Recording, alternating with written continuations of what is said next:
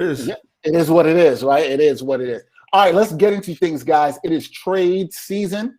I know Brian's really excited to talk about this because he wants to talk about what his Heat are going to do, how they're going to add somebody into the culture. Although they already have added someone, we'll get to that a little bit later.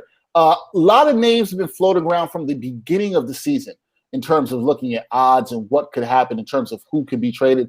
So I wanted to ask you guys, who do you think is most likely to be moved? And if this player or whoever is moved, players, I should say, are moved, how much do you think that will affect the NBA championship odds? Now, before we start, I want to give to the people some odds that I came across about NBA trade deadline odds, and there's some interesting stuff. Now, some of the players already been traded. PJ Tucker was even money to be traded. He has obviously been traded. It's been official today to the Milwaukee Bucks. We also have Trevor Ariza, who went to Brian's Miami Heat as they got Myers Leonard up out of there, as was pretty much expected. We also have people like Lonzo Ball. There's been a lot of talk odds that he'll be traded at plus 175. You got Kevin Love, who I don't even want to talk about Kevin Love on my fantasy team. He's disgusted me. Plus 350 for him. Andre Drummond, who's not played in the weeks, plus 175. Brian's boy, Kyle Lowry at plus 150. Eric Gordon at plus 125. Victor Oladipo, who's been linked to the Knicks, plus 110. Those are just a couple of the names. You got Bradley Beal. A lot of talks around him. His odds are at plus 700. KP, Kristaps Porzingis, at plus 650. Some of those guys with higher odds. Guys, I'm going to start with Gerard first on this. Who do you think is likely, if you, as a betting man, who would you bet on to be traded within the next 6 days? I mean, this trade deadline has been crazy, right? Because we know this time of year, GMs and agents, all of them lie. Like it's all they do is lie to you. You ask them questions, you send a text message. Yeah. We've been talking about ain't shit happening, right? Like, or so-and-so's moving, nothing's going on. Look, I think the Oladipo contract's interesting because for all intents and purposes, it's expired, right? Like he did not sign an extension. So at the end of this year, I believe he's a free agent. So Oladipo is one that's interesting. That's money that comes off the caps. Eric Gordon, that dude's got 2 years left at like 18 or 19 each year and a player option for 20 in that third year. Who the hell's taking that contract? I mean, I guess the sucker born every minute. Maybe somebody is, but I don't know. Sacramento. Yeah, Sacramento. Yeah, those dummies, they might do some shit. I think Depot can move. I think Lonzo's interesting to move, right? Because his payday hasn't come yet, and Lonzo's perfect on a contending team. Why? Because here's what Lonzo does. He guards. By the way, Lonzo shooting three-pointers at volume and percentage better than a lot of your favorite players, including Donovan Mitchell. Checked out the stats. So he's an interesting one. He's a ball mover, right? And he'll shoot open threes and he'll defend. I mean, thinking about championship teams that could use him. The one that I'm keeping my eye on, though, is Kyle Lowry, because that's the one that will change championship odds to me, particularly if he goes to the Clippers. But again, I don't know how the money works for the Clippers because who wants Luke Kennard? Like, I mean, what else do you have money wise that's going to work there? And then, in terms of KP and who else? And Bradley Beal. Beal. Like good numbers there, plus 650, plus 700. But both their GMs and owners have come out and said, we're not moving those guys. So take that for what it's worth. Well, good names you brought up there. We'll get back into some of how this can affect championship odds. Brian, you saw your Heat make a move. They acquired Trevor Ariza. They got Myers Leonard up out of there. Mickey Harrison was not going to look him in the eyes of face again. That was for sure. First of all, I'm sure you like that move because we know, bring anybody into Heat culture and they'll be okay. But, and Trevor Ariza is also half Dominican. I just want to point that out. Okay. Yeah. No, I love the repping for the Latino people. If there was some Grenadian basketball players, I'd be all repping for it. So I ain't even mad. I'm sure you like that move, but any other names that you would bet on in terms of being moved within the next 6 days? I'm kind of with Gerard on the Kyle Lowry front. It's very difficult for me to discern like who's going to go first in this list, and everybody's odds are quite similar, which I found interesting. The Lonzo Ball one, if I'm the Knicks, we talked about this a little bit on the group chat. If I'm the Knicks, that's who I want to get. And the reason is because I'm thinking about, not this year, but I'm thinking about moving forward, a starting five of Lonzo Ball, RJ Barrett, who would be at the 3? No, actually, RJ Barrett would be at the 3. Emmanuel Quickly would be at the 2. Lonzo at the 1. Julius Randle, Mitchell Robinson. would you be able to keep all those guys together if you were to try to get Lonzo Ball now? It's possible because they do have some picks and some young players that they haven't had before. And Lonzo Ball's contract is easy to match if you're willing to throw some young players into the mix. I would probably have to dangle Obi Toppin if that's the case. But if I have Julius Randle and I'm committed to him, so be it. Obi Toppin's already 22, 23 years old. He's, I think, as old as Lonzo Ball right now. I'd have to think that the Pelicans will want quickly, though, right? Probably. I would think so too. Yeah. But here's the thing, like with Lonzo Ball, I mean, not to make this a Lonzo Ball conversation, but it's probably better you wait till free agency and just try to play chicken there, and then you wouldn't have to give up as much if you just signed the offer sheet and execute a sign and trade, because then the only thing that would be outgoing is like a first round pick. So whatever, right? But Lonzo Ball is interesting to me. Kyle Lowry is somebody who I think almost has to get moved if you're Toronto. I don't think you could really like afford to lose him for absolutely nothing. Not that I think you would get a ton. I think in a different year, you'd probably get a lot for Kyle Lowry. Right now, I mean, we did see Drew Holiday go for more picks than we expected, but I think that Kyle Lowry in a different stage, like I don't think there are a lot of contenders who just have that much to give in order to try to get him, but I still think it would behoove Toronto to actually give him up. So other than that, I mean, there are some other interesting names on this list, but I'm kind of looking at both of those 2 point guards. I don't think Bradley Beal is going to get traded. CJ McCollum is further down on the list. I don't think he's going to get traded. I don't think Ben Simmons is going to get traded anytime soon, because that Simmons and Embiid thing seems to be working now with Doc Rivers. And even in the future, like we all thought maybe they'll have to commit to one over the other, but we now know that it was a Brett Brown problem. Yeah, we do know that. Come on, we always knew that. We always knew that. Right. We always knew that.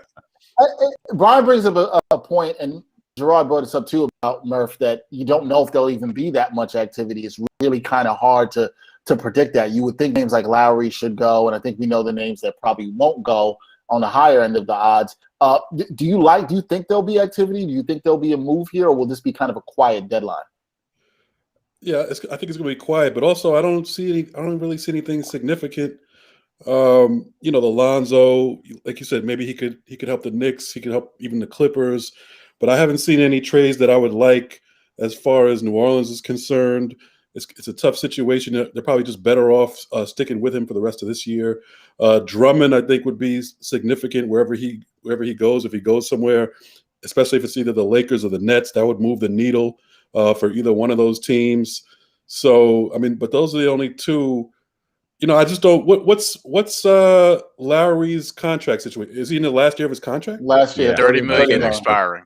Okay, so maybe Lowry gets done in that case, and that would be a big piece for whoever got him. But it's just I just haven't seen signs of anything really that's really going to happen at this point. So I just feel like I just can't see anything really happening.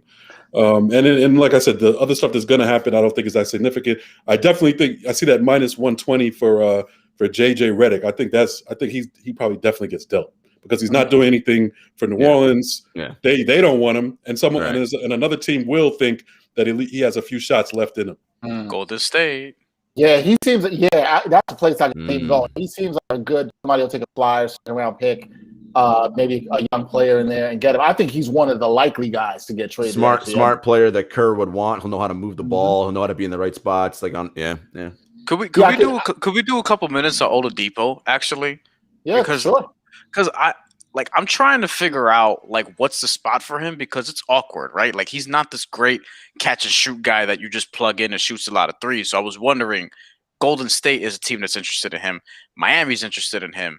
And I'm sort of looking around at other possible Oladipo fits, and I just don't quite really see it anywhere necessarily. I guess Miami would be the team, but then contractually to sort of make the salaries work, now without the Myers-Leonard deal, it's a little bit difficult. And are you sure that he's going to elevate you guys so much? I'm not quite sure. And for Golden State, I mean, without maybe Andrew Wiggins or Kelly Oubre's contract, neither of which I don't think they're going to part with right now, does it make a lot of sense? I'm not sure. Well, I could see them wanting to part with Oubre, right? Because he makes so much money and has them in this high place where they're paying the tax. They're paying a ridiculous amount in the tax, right, guys? And maybe they want to get off of that to reduce that a little bit more. So if you can get off and get something for Oubre now, even if you flip it into Oladipo and you save some money in a long-term contract, and if you keep him on, it could make sense for them.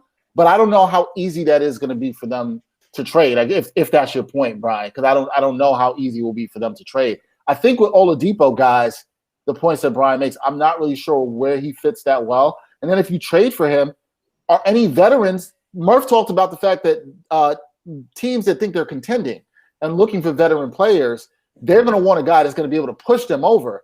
Is Oladipo that dude that pushes you over the top? Is there anybody willing to give up a first-round pick for him if he's just going to be a rental? You know, I don't see it in terms of the Clippers, Lakers, Nets. Well, not really the Nets. The Sixers, I don't really see that. None of those teams have anything to get that Houston's going to want, right? Like, what are the Clippers? The Clippers don't have anything. Luke Kennard.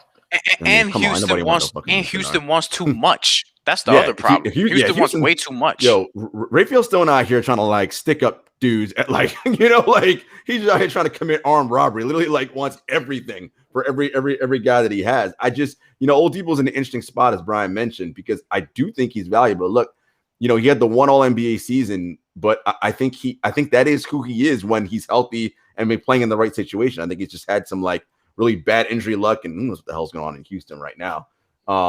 You know, a team like Milwaukee, but like now with Drew, like whatever, think about him in that 2-guard role, right? Like as opposed to who else is starting 2-guard now? Dante DiVincenzo, right? Why Dante? Is he really? Dante. Yeah. I think Dante starts. Yeah, Dante starts. Like so think about it, right? Because the big problem with Milwaukee is creating shots for yourself and others from the wing position, right? Okay, Middleton can do it. Giannis, kind of, sort of, but not really. No, because he can't shoot. You don't trust him in the playoffs. But that's my point, though, right? So Middleton is like a third dude who could do that. Yo, now you're talking. But they don't. I mean, what do they have? They gave up everything to get Drew. I don't think they have anything. I mean, and they just did the PJ Tucker deal. You think that if they wanted Oladipo, they would have, I guess, tried to get Oladipo. Which it'll be. He's an interesting market. I think he's gonna have to play. He might have to just wait it out and play free agency. It is going to be interesting there. I don't know, and I'm not even sure Miami. You know, I didn't mention them in the teams of contenders, and they definitely are. I'm not even sure they should definitely go out now. There they have stuff, but do they want to give up their stuff to get Oladipo? That's the question. The reports coming out of Miami suggest that Houston is asking for a lot, and Miami just simply. I mean, not that they don't have a lot because they have some players instead of the picks, but it's like for Victor Oladipo, who's going to be there for 2 months, like doesn't make sense.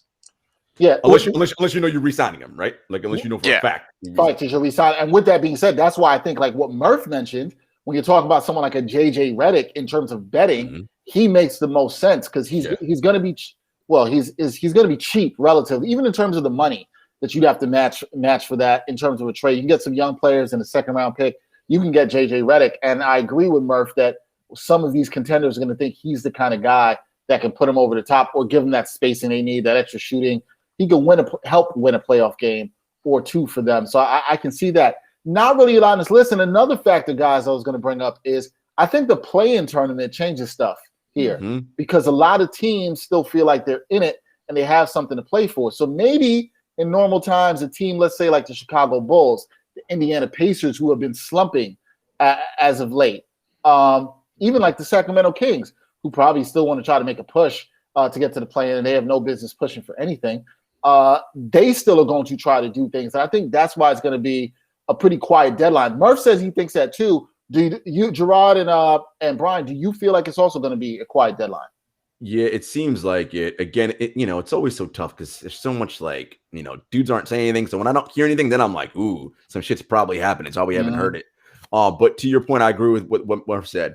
This play-in tournament got teams stupid thinking, we got something to do here. Y'all ain't that good. Like, let's keep it 100. You're not. Okay, cool. Right. Now, here's what they're gonna do it though, because if the owners get that one extra game, and if we're letting fans back in, and by spring it's like 50% capacity, 75, that's some gate revenue. These motherfuckers want to nickel and dime everything. So that's what I think that's about. But otherwise, let's be real. Like, y'all ain't got no shot. If you fighting for a play-in, like, come on. I think pretty much the same. I think that a lot of teams are just going to hesitate for those reasons. Like, I think that in a typical season, not that this is a big name player, but this is a player who could have an impact on a veteran team. Like a player like Thaddeus Young would have probably been traded by now. But Chicago, obviously, they have Zach LaVine. He's a free agent after next year, so they want to make the playoffs with him now so that they can, potentially make that work long term. Like, they're trying to show something to their star, even if it's just getting in the play-in. That's a factor too. Like, the Knicks feel like they have something to play for.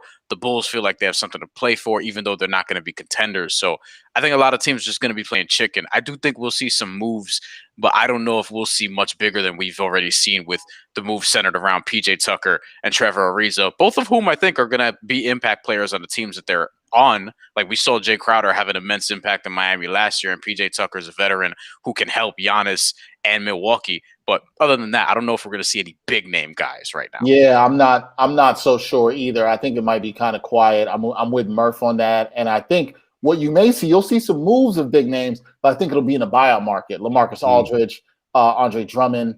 I think you'll see that. So we'll see. March 25th is the trade deadline. That'll be an interesting day for sure. Either it'll be busy or it'll be really quiet. All right, let's get to tonight's games. Not a great slate of games because everybody's watching and everybody's